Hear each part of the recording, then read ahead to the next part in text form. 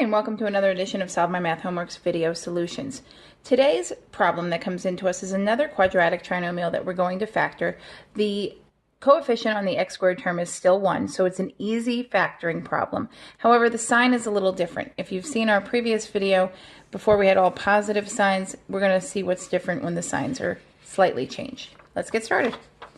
Okay. So this says x squared minus 10x plus 24. When you do these, you're looking for two linear binomials that multiply together to give you this. So the first thing I like to do is put my parentheses. Kind of reminds me that's what I'm looking for.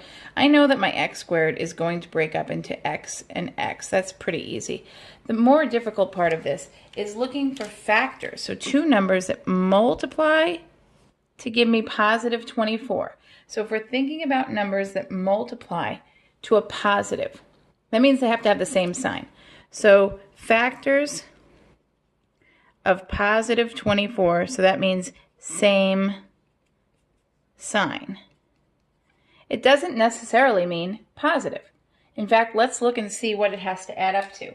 So these have to add up to negative 10.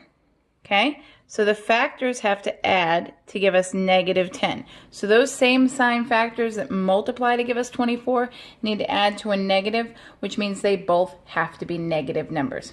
So let's think about our factors of 24. 1 and 24, we can rule that out. Okay, because negative 1 plus negative 24 is going to give us negative 25. Let's see, we have negative 2 and negative 12. Not going to work, that'll be 14. Negative 6, negative 4, that will work. Negative 6 times negative 4 is positive 24, and negative 6 plus negative 4 is negative 10. So let's put that in. So we have a minus 6, minus 4. It makes no difference what order you put them in. Let's just check to be safe. When we check, we always FOIL.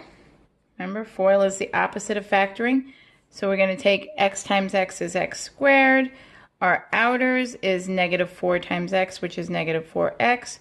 Our inner, negative 6 times x, which is negative 6x. And our last term, negative 6 times negative 4, positive 24. We can't leave it like this. We got to clean it up.